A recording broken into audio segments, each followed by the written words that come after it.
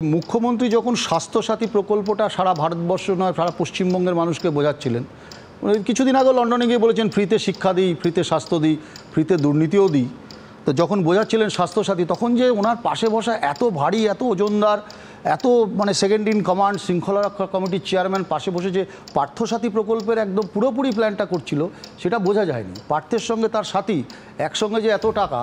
এই যে বলছেন না কুণালবাবু কিছুক্ষণ আগে বলছেন সব চাকরি খেকো তা আমরা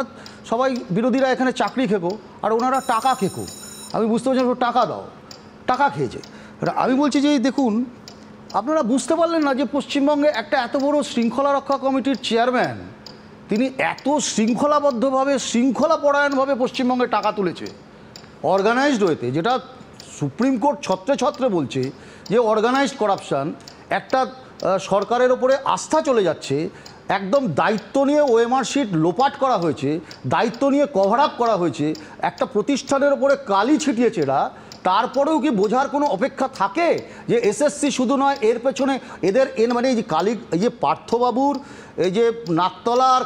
কালীঘাট আর ক্যামাক স্ট্রিট এই যে পার্থবাবুর এনার্জি যে কোনো ব্যানার্জি দিয়েছে এটা বুঝতে কোনো অসুবিধা হয় না